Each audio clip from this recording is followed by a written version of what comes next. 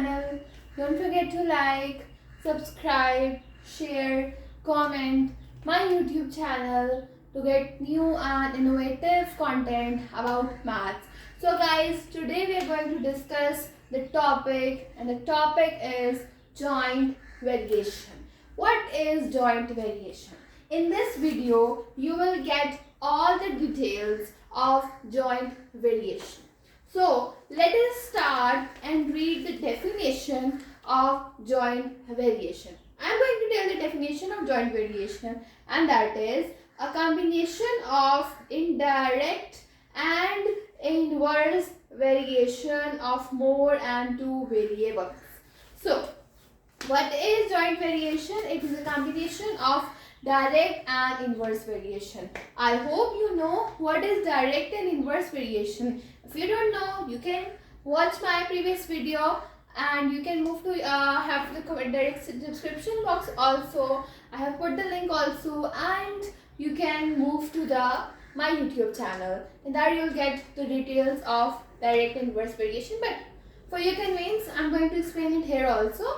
That direct variation is a variation that when one quantity is increasing, so the other also increase, and if other decrease, other also decrease. And inverse variation is that when one quantity increase, the other decrease. If a quantity increase, it decrease. If decrease, increase. So it's all a vice versa concept. Now let's start the question number 1. So that is given S proportional U square and S inversely proportional to V.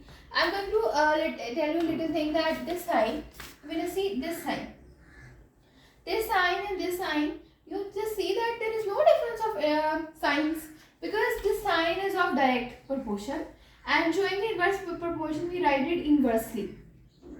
So now you are going to combine, this is a combination of both the variations, the direct also and the inverse also.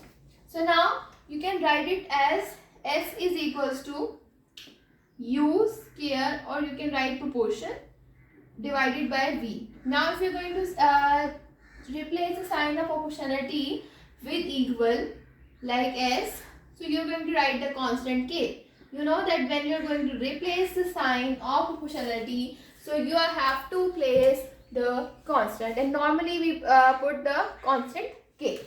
So now what you're going to do is that you're going to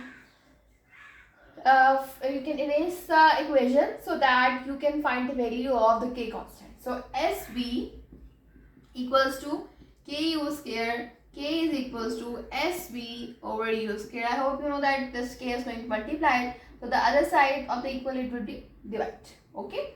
Now you are going to simply place the values that are of condition 1. So, and this is condition 2. So first you are going to put the values. S is equals to 7, V is equals to 2, and U is equals to 3, and square equals to K.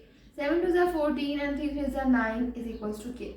Now what you are going to do for the second case, you are going to find the value of and you have provided with the values of U and V. So now simply by using, you write by, I think I want to explain you that if you are writing the little statements, so your answer become good.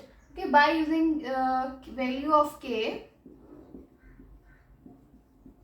you write S is equals to, you can write KV square, KU square, this one, okay, this one, KU square over V. So S is K is 14 by 9. What is U? That is 6 square, and divided by V. V is, what is the value of V here? 10. Like this you are going to do. Okay, but you can have some cutting also, like 2 5s are and 2 7s are. So 7 into 6 6 are 36, 9 and 5.